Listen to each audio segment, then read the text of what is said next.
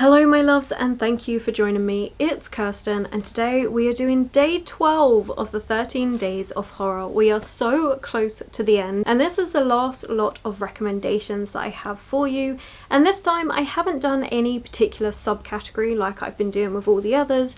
Instead, I have got just 5 horror books that I really like that didn't quite fit into any of those subcategories.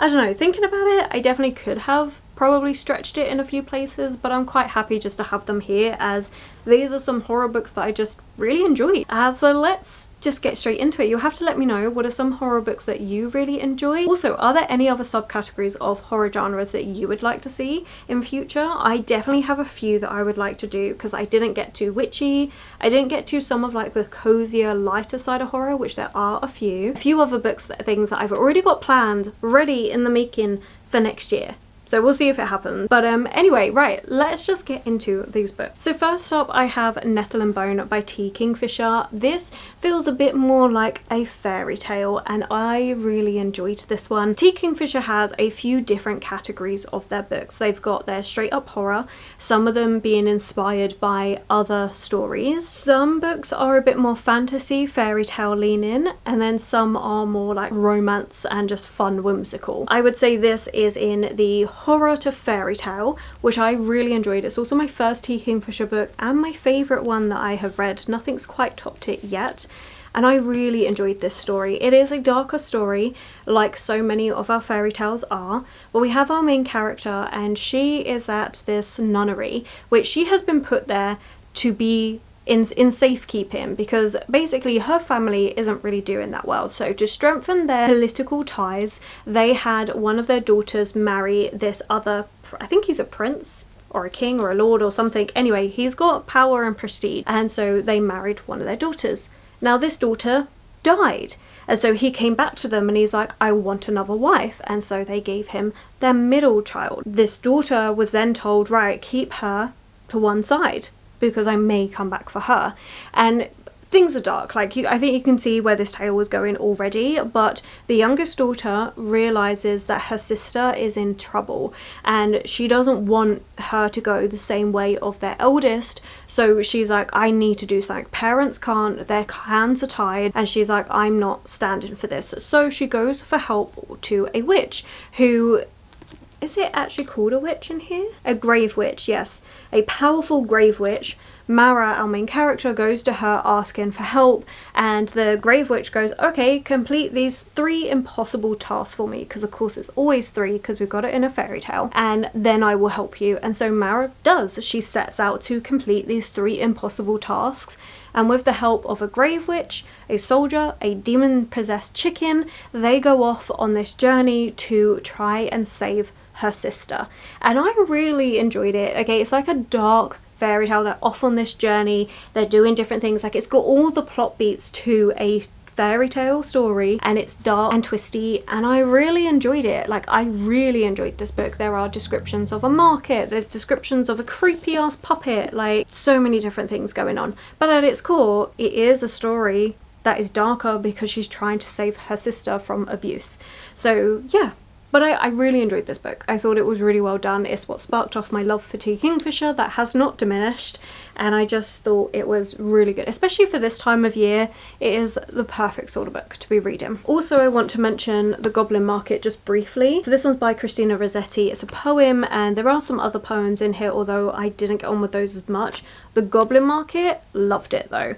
And the reason why I wanted this is because so many books have been inspired by The Goblin Market, and the market in this reminds me a little bit of this once I read it. So I read this one first and then I read this, and then I could see the similarities between the two, and I just, yeah, I think it's great. It's a great little poem. If you're like me and you're not massive on poetry, I would still recommend trying it because it actually reads more like a short story. It's one of the epic poems that just kind of keeps going, and I think it reads a little bit easier because of that. I really enjoyed it, and you can see how this poem has inspired so many other books. So I do think it is a good one to read if you can. Then we have, so far, the only Ava Reid book that I have enjoyed, and that is Juniper in and Thorn. This is a dark tale again, dealing with, well, your darker themes. Double check your trigger warnings and stuff. I annotated this and had a lot of fun with it. My annotations are quotes that I love, which is always the case. Oh, I read this one in April 2023, so it's been a couple years. We've got references to other fairy tale mythology, because this feels a little bit more fairy tale leaning, like Nettle and Bone. Where Nettle and Bone felt a little bit lighter in places, this one is a little bit darker. Then we've got gaslighting, manipulation and abuse of position. And then we have, okay, yeah, the plot elements of the deaths, the slight mystery of who it is who's causing all of that. This is another book where we have a witch wants to escape the abusive father. So he is a wizard and we have 3 daughters, and they are all kind of under his power and stuff. They each have their own little powers, things that they specialize in that their father utilizes and exploits, and then the youngest decides that she's had enough of this, and there's, I believe it is a traveling circus that comes into town. You can tell it's been a while since I've read this one. Let me see. Oh, it's a theatre. There we go. It's not a traveling circus or anything, it is a theatre. But she meets this young gentleman and kind of becomes enamored, and they start sneaking out very regularly, and then it's the tale of this girl coming into her power and putting a stop to the things that are happening. It is a dark tale, but I really enjoyed it. I need to reread this one, because now thinking about it, trying to explain it, I'm realizing how much of that plot I'm not as detailed on. Plotline of the daughters, what they're having to deal with their father, them being exploited. We've got the youngest daughter that then gets this love interest from someone that works at the theatre, and then we also have this monster that's going around and causing different deaths and things like this, and it's kind of like all these pieces, how they all come together in this book, and I really enjoyed it. Definitely need to do a reread. I also think I could pull a lot more from this, especially in terms of like those fairy tales and mythology and the way that's all tied in. Okay, well, this is a recommendation to myself to make sure I reread this book, because it is great. Like I say, the only Ava read that I've actually enjoyed. I think the other works are fine, but for me and my reading taste, Juniper and Thorn is my favourite. I know some people don't like it because it is a lot darker, and the other books, subsequent books after this, haven't been anywhere near as dark, and maybe that's why. Maybe they took some of that criticism and lightened some of their work, I don't know, but I really enjoyed Juniper and Thorn. I really enjoyed the themes that it was exploring, and just this power of these girls coming into their own, and yeah, I really enjoyed it. One I have read more recently is Knock Knock Open Wide by Neil Sharpson. This one is like a folklore inspired tale. It is based on Irish folklore, which I really appreciated, and I just really enjoyed this book. I will say the ending for me was still a little bit fast. I wish it had been explored that little bit more, because throughout this whole book we've got kind of like a slower paced story, and I do enjoy it. We've got this story of what happened to this woman. So in the past, we have this girl, and she was travelling from a party and got waylaid at this farm, and some horrible things happened. She has never spoken about that night since. Then we have her daughters growing up, and we've got these 2 girls that have feelings for one another, start exploring it, but one of the girls is obsessed with what happened to her mum and obsessed with this children's TV show, and is kind of convinced that everything boils down to this TV show. We start seeing that story slowly unfold, as well as the different folklore tales tied into it all, and I really enjoyed it. Okay, it's a really nice slow paced book, but with this hint of unsettling what's actually going on and all of this add into it, which was great. And then we get the end of the book, and it explains all the things that have happened, but it's so fast paced, it felt a little bit like, wait, what kind of happened out of nowhere, and everything wrapped up in like 50 pages. I wish we had it be longer, and that ending was slowed down a smidge so that we could really explore it the way we had been taking our time for the rest of the book. But it was still a really good book. Like, I really enjoyed it. I really enjoyed the exploration of the relationship between the 2 girls, the folklore stories that they're getting, as well as this tale about this children's TV show, and what is it actually, and having that all come to light, and then having feminism be a big part of this. Like, I really enjoyed this book. It was doing a lot, considering my only slight dislike is how fast the ending went. This is a really good book, like really solid. And I also wish we got a little bit more from Etienne's perspective, who is the lady that was traveling home and what happened to her. I guess there's a couple things that I wish were explored a little more. I think I just want it longer. That's it. That's my only complaint, is I want this book to have been longer, because I think there were so many things that were done in this book that I guess I just wanted more and more and more. Which I guess it's a good problem to have. Like, if you've enjoyed a book that much that you're like, no, I want more from you, that's great. I think it's more concerning when you're like, no, I think you could have been shorter. That I think is more negative. But yeah, this was really good. I really enjoyed it. I also was kind of liking how the way the story is told is you don't know which of the girls is actually Etienne's daughter. So I really enjoyed that, just how it all builds. You've also got this exploration again of mother-daughter dynamics, the difficulties there, which I mentioned in some of the other horror subcategory recommendation videos that I've done, how that is explored quite a lot within horror books, or at least the horror books that I've been reading, where you're having that exploration of the mother-daughter relationship. Because this is one that I was like, I finished it at the time and I'm like, yeah, I really enjoyed it, and then I just kind of like left it. But then the longer it sits, like when I was coming up with this list, I was like, but I haven't put this book anywhere. Why haven't I put this book anywhere? Because it's so good. So it had to come onto this one, because I'm like, I want to talk about it again. Even though I did not long ago, because I only read this one recently, but it's one that just, I think that's the thing that I'm finding with horror, is that it sticks with me. I really like the tales because it really does stick with me. It really gets me thinking about, what is the message here? What are we exploring with this? And I did really like the TV show and what was going on there. Like, it was creepy. So I really enjoyed this book. I think it was so interesting, so well thought out. I really like the characters. I think the character work was done really well. And because it's a slower paced story, you really get to know your characters. You really get to feel for them and understand them, what makes them tick. So I think it worked. This was a very well fleshed out story, and also good for folklore if you're looking for folklore horror. I did want to do a whole subcategory of folklore horror recommendations, but again, a lot of them I have mentioned in other bits, and I have said before, I just didn't want to be repeating books. I've made it so that each of these videos with recommendations, every single one is a different book. I haven't repeated a book yet. Okay, another one that was kind of like the book that kind of sparked off my love of horror this year. Well, I don't know actually. I don't know actually.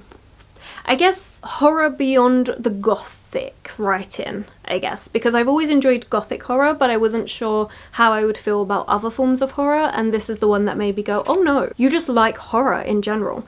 And that's When the Wolf Comes Home by Nat Cassidy. My first Nat Cassidy book. I definitely want to read more by this author. I am very intrigued by the rest of their works, and this was just so interesting. So we're following two main characters. We've got Jess, who is working late night at this kind of like easy diner thing. It's a late night one, and she is going home and she stumbles across this little boy. I think his name's Noah. Why do I want to say Noah? I don't know if that is his name, but I feel like I'm wanting to say Noah, so we're going to go with it. But she finds this little boy who is hiding in the bushes of her garden, and she's like, hello, can I help you? And then realizes that he is running away from his father, and so she decides to help this little boy out. However, she has another pressing problem, and that is on that same night shift, well, late night shift that she was doing, she accidentally pricked herself with a needle. And she was terrified of this because it's unclean. It was found in the bathroom when she's trying to clean it, and this place is not the cleanest. The clientele they've got coming in are not, not the cleanest. So she's terrified. She needs to get this checked, but she's also now running away with this child away from this man, who is very dangerous, and such unusual things are happening. I could not tell you where this book was going to go next. There was constantly things happening, changing. I couldn't predict anything, and I loved it. It was so entertaining, so gripping. I think the pacing was perfect. The way it ended was excellent. Like, heartbreaking in moments, but also excellent. I really enjoyed it, and this was so well done. I really enjoyed this book. Would highly recommend if you haven't read. I mean, Nat Cassidy is pretty beloved anyway. You always see people talking about him as an author, and I can 100% agree based on this book. Brilliant. So very much looking forward to reading other works by this author. I really enjoyed this one. I love the imagination that was in this. It was just brilliant, and also terrifying. Children are terrifying. So yeah, this was really good, really fun, really enjoyable, and it honestly made me go, okay, I really want to get into horror more. So it was good. It sparked off a really good start. Like, this I think was my first second 5-star of the year. Oh, I need to check what month I read this one in. It was either my first or second 5-star of the year, and it made me go, wow. Yeah, this was brilliant, especially because it was at a time when I just was, the things I was reading I wasn't loving, and then I finally got this and I was like, yes. And that's what made me go, you know what, I think this was my second 5-star, and I was like, this is the second 5-star of the year. Both have been horror. I'm just going to focus in on that, and I have not regretted it. And then lastly, I just want to mention a book that isn't technically horror. Instead, it's more fantasy. It's a young adult book, but it's gothic, and I just think this time of year is the perfect time of year to be reading it, and it's The Diviners by Libba Bray. I love this book. I really do. I think this was absolutely fantastic, and it's got all the elements that you want for this time of year. So we're following a main character whose name I've forgotten because it's been a while. Evie, okay? She has been sent to live with her uncle because she has been a bit too outlandish, and her family's like, you need to go learn to be a bit more like how a girl should be, so go live with your uncle, which was a terrible idea. Her uncle is super eccentric, so I don't understand where that idea was coming from. But she ends up in New York in the 1920s. I love the setting of this book, it is brilliant, but there's also this murder that happens. Now, Evie is somebody that can divine things. She can touch things and see moments of what's happened, and she does that and gets tangled up in this murder mystery that's going on, and it is a lot darker. She also meets up with a few different people who also have different powers, and we get to see different aspects of society. So in the 1920s, you've got the segregation going on between white and black people, and so you get to see both sides of that, which was so well done. Like, I think it was fantastic. Some of these characters I adore to pieces. Like, I'm not gonna lie, I was sobbing at some of the later books in this series. Heartbreak and sorrow. Don't cry too often, but this series got to me. I just love it. Okay, I love the occult themes in this. I love the 1920s setting in New York. Like, I just think this is the perfect book you should be reading around this time of year. So, okay, not quite a horror book, but I feel like the occult themes lend to it enough that it was enough for me to go, yeah, I want you to be reading this one, please. Because I really loved it. And I do think, like, I mean, it's an older series, not as many people talk about it. The last book, I think, was a bit of a letdown. I think it should have stayed as a trilogy. I think what they tried doing is separating the last book into 2 books, and I don't think it worked because of that. The fourth one was really drawn out. I feel like we should have condensed the 2 together, and it would have been a perfect trilogy. Regardless, though, it is one that I still really recommend. Like, I love this book a lot. And honestly, some of the choices that Evie makes are just, girl, you really should think about things, but this, I mean, it was just good. This is another one where I'm like, I haven't read it in a while. So that's the thing. If they can stay with me to the point where I still actively think about them years after I've read them, then I need to be recommending them to you. And they're not books that I recommend often. I mean, Tea Kingfisher I talk about a lot, but otherwise they're not books that I'm actively talking about often. So I really wanted just like a little place where I can have them and be like, these are books that I think you should be reading. Obviously, depending on if you like these sort of things, but yeah. So I'm sorry that this one I wasn't as in depth with like my thoughts on the books and like what's happened and stuff in them, but hopefully you've got enough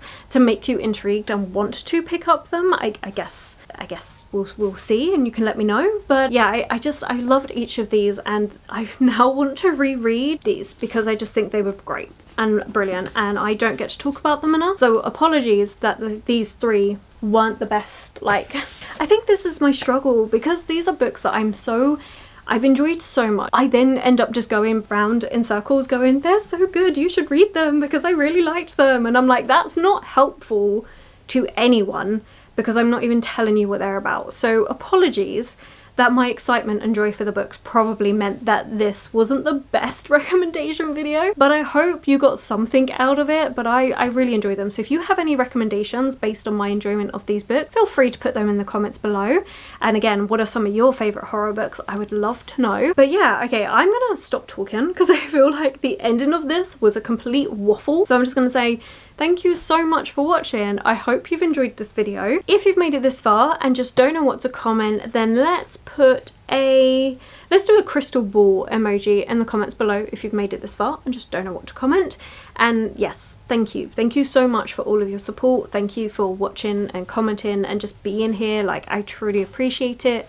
An extra special thank you goes out to all of my Patreons for all of your support over there. It just, I mean, I say it all the time, but I truly mean it every single time, that it really does mean the world, so thank you. But if you have enjoyed this video, then please do consider giving it that thumbs up, subscribing, commenting. Those 3 things really help this channel out. My social media links, anyone I've mentioned, Patreon, Discord, everything is always linked below for you.